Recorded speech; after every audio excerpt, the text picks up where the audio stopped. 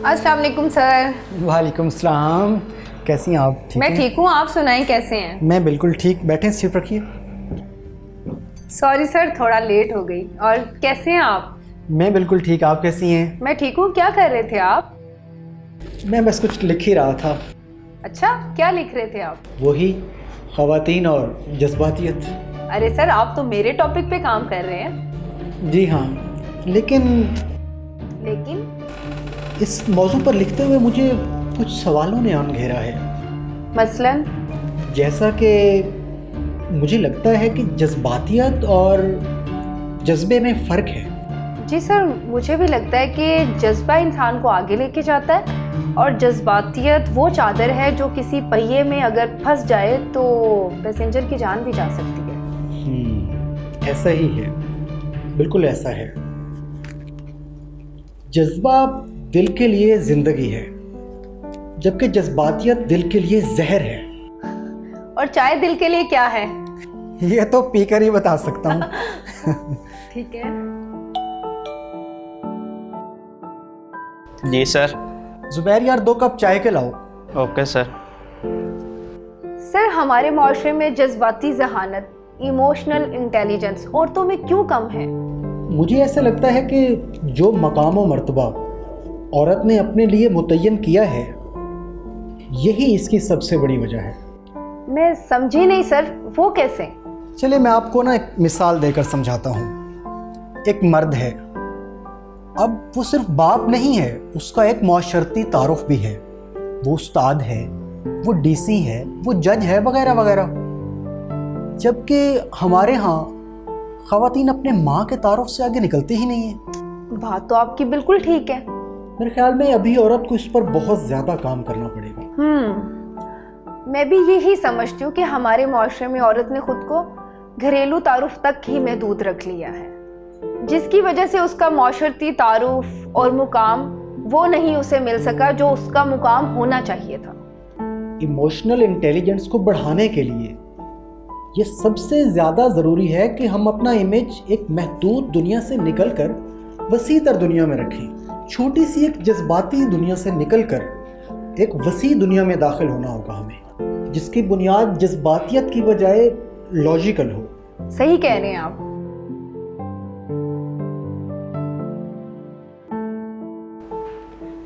ये बात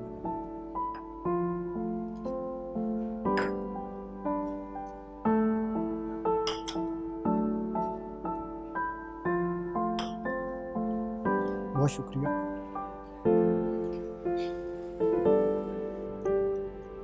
तो सर, इन मसाइल का क्या हल होगा? देखो मरियम, हर मसले का कोई ना कोई हल ज़रूर होता है। हमारे यहाँ जो प्रॉब्लम्स हैं ना, उनमें एक जो सबसे बड़ा मसला आता है वो अना का आता है।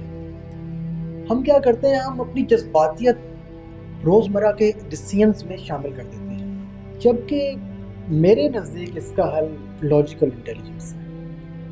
मगर सर, वो कैसे? चलिए मैं आपको एक मिसाल देकर समझाता हूँ। एक खातून है जिसके भाई की डेथ हो गई है। अब उसकी बेटी अभी उम्र में भी कम है और उसने पढ़ाई भी मुकम्मल नहीं की, लेकिन यह खातून चाहती है कि उस लड़की की शादी अपने उस बेटे के साथ करवा दे जो उम्र में भी ज़्यादा है और ज़्यादा पढ़ा लिखा भी है। अब देखिए, इन दोनों का कोई मैच नहीं होता, लेकिन वो ज़बरदस्ती ये शादी करवाना चाहती है। वो समझती है कि वो अपनी भतीजी को तहफ़्फ़ुज़ दे रही है अपने घर में लाकर, लेकिन वो ये नहीं जानती कि इससे दोनों की ज़िंदगी तबाह बर्बाद हो सकती है। बस इसी मौजू पे लिख रहा था।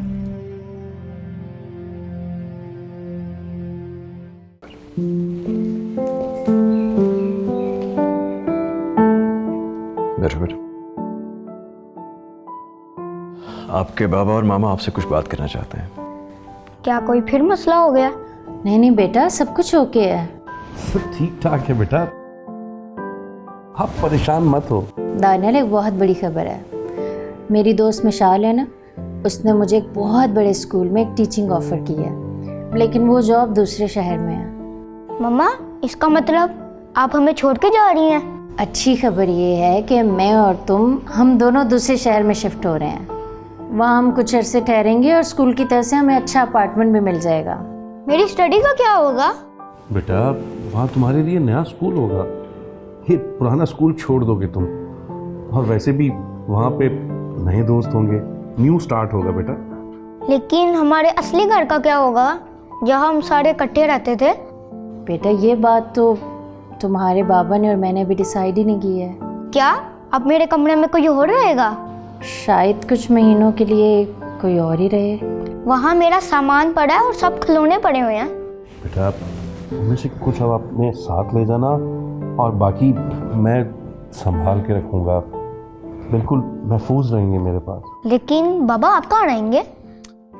मैं बेटा इसी शहर में रहूँगा, मैं हर वीकेंड पे तुमसे मिलने आता रहूँगा, बल्कि बहुत जल्द जब तुम्हारी मामा की जॉब वहाँ से ख़त्म हो जाएगी, तुम और तुम्हारी मामा वापस आ जाओगे इस शहर में। दानियल बेटा, आप कुछ कहना चाहते हो? मैं नहीं जाना चाहता। बेटा हमें पता है कि हम तुम्हें बहुत कुछ करने का कह रहे हैं, पर बेटा इस वक्त यही रास्ता है। क्या आप लोगों को कोई परवाह नहीं है कि मैं क्या सोचता हूँ और क्या चाहता हूँ? हमें परवाह है तुम्हारी बेटा। मुझे ये भी पता है कि तुम्हारे लिए बहुत मुश्किल है अपना घर, अपना शहर छोड़ना। मैंने कहा ना, मैंने नहीं जाना। दानियल बेटा, हम समझते हैं कि ये आपके लिए बहुत मुश्किल मामला है, लेकिन आप ये बताइए कि आपको इसमें सबसे ज़्यादा तकलीफ बात क्या लग रही है? मैं ये शहर नहीं छोड़ सकता। इनको बता दें कि मेरे साथ ऐसा ना करें। क्या आप बाबा के साथ रहना चाहते हो? मैं बाबा के साथ नहीं रहना चाहता। बाबा हर रोज़ मुझ पर चीखते रहेंगे। देखा, आप हर वक्त इस पे चीखते चिल्लाते रहते हो ना, इसलिए मैं तुम्हारे साथ रहना ही नहीं चाहता। यही वजह है कि मैं चाहता हूँ कि दानियाल मेरे साथ ना रहे, क्योंकि मुझे बीपी प्रॉब्लम हो चुका है, मैं मेडिसिन ले रहा हूँ। अच्छा, सारी जिम्मेदारियां मुझ पे डाल दो, कोई जिम्मेदारी खुद भी उठा लो।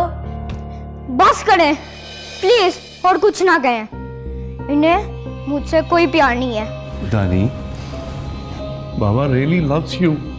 दानियाल, हमें तुमसे मोहब्बत है। आप मुझसे मोहब्बत नहीं करते। दानियाल, आप लोग ठहरिए, मैं इसे लेकर आता हूँ।